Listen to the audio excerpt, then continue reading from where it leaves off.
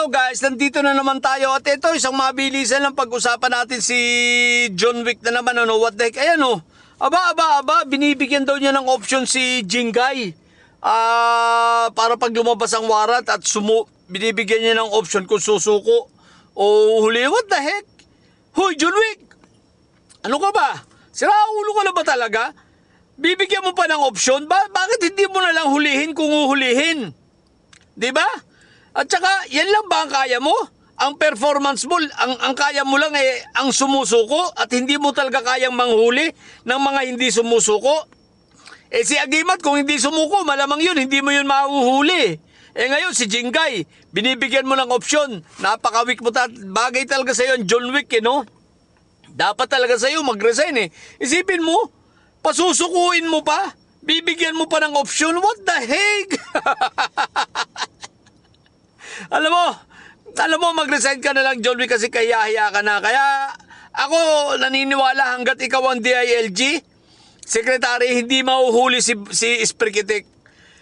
Si Sprikitik, isipin mo, ang yabang mo, 230,000 na pulis, sabi mo, inihahanda para sa kanya. Nagyayabang ka nung wala pang warrant, diba? Ang yabang-yabang mo, namomonitor mo, pamotor-motor lang dyan sa Davao. Ngayon, nasa na? Ando na uli sa Davao, nakabalik na, nagpaikot-ikot na, nanggaling na ng Batangas, nanggaling na ng Mindoro, sumakay sa Chinese cargo ship, hindi pinayagan. Ngayon, andun na uli sa Davao region, sa Davao area.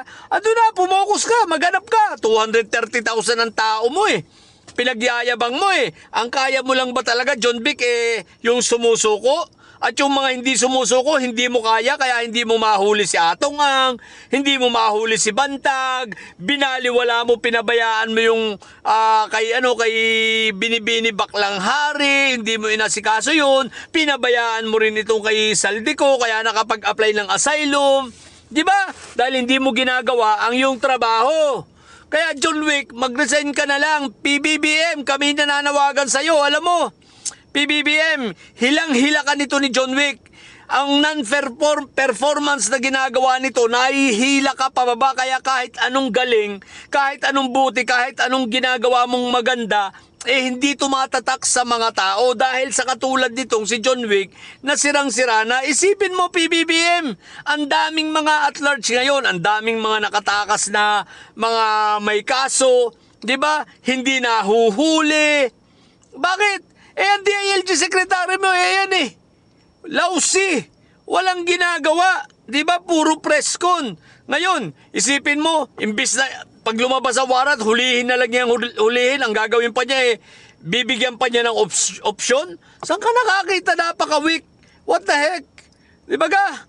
Kaya palitan mo na yan, PBBM. At ikaw naman, John Wick Remulla, John Wick, kung may kung may respeto ka pa sa sarili mo at may respeto ka sa taong bayan, mag-resign ka na lang kasi ayaw na sa'yo ng taong bayan.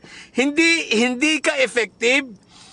Ang tingin sa'yo ng taong bayan, tingin namin sa'yo ay napakalawsi mo at wala talaga as in napakalawsi mo. Diba? Isipin mo bibigyan mo ng opsyon. Ngayon ang tanong ko, kaya mo bang hulihin si Sprikitik? 230,000 na pinagyayabang mo, isang tao lang yun. Sa totoo lang, ang legacy mo lang yung mga, hindi mo pa nga masasabing legacy. Ang nahuhuli mo lang, yung mga nakahubad sa lansangan, yung mga nagiinom. Pero yung tunay na mga kriminal, hindi mo mahuli. What the heck? Puro ka pa picture, puro ka pa pogi. Di ba? Gawin mo ang trabaho mo, John Wick. Ngayon, magpakitang gilas ka, pakita mo sa amin kung kaya mo talagang hulihin si Sprikitik. Mabuti pa yung mga informante namin Madalas, tama. Ewan ko ba sa'yo, yung mga informante mo, hindi ko alam kung, palagay ko naman hindi naman sablay ang mga informante mo, talaga lang ayaw mong gawin ang iyong trabaho dahil pinoprotektahan mo? What the heck? Di ba ka? Kaya mag-resign ka na lang, wala ka nang kapakinabang dyan. Natatawa na lang ako sa'yo What the heck? Tibay ng mukha ni John Wick, isipin mo, bibigyan pa ng option si Jinggay kung susuko. Hindi hulihin kung uhulihin. What the heck, lagi na lang tinitimbre nito Pag may mga huhulihin, ititimbre para makatakas Wala rin, may sahudas rin ito si John Wick So PBBM, baka naman pwedeng magising ka. palitan mo na ito. Kasi talagang hilang-hila ka nito pababa. Kaya kahit anong anong gawin mo, maganda man ang performance mo, pero hinihila ka ng taong ito. Napakahalaga ng posisyon nito, DILG. 'Di ba?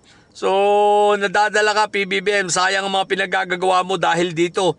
Ngayon, paltan mo ito ng mas matino, ng mas maayos, deserve ng tao. Deserve ng taong bayan na sumuporta sa'yo na magkaroon naman ng DILG na maayos.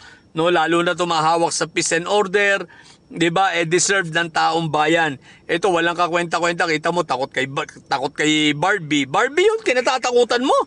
What the heck? Takot dito kay Respicio. Diyos ko po, si Ilong Ranger, kinatatakutan mo. Si Esprikitik, takot rin siyang ulihin. What the heck? Ato kang takot. Puro kaya lang yabang, pero takot. What the heck?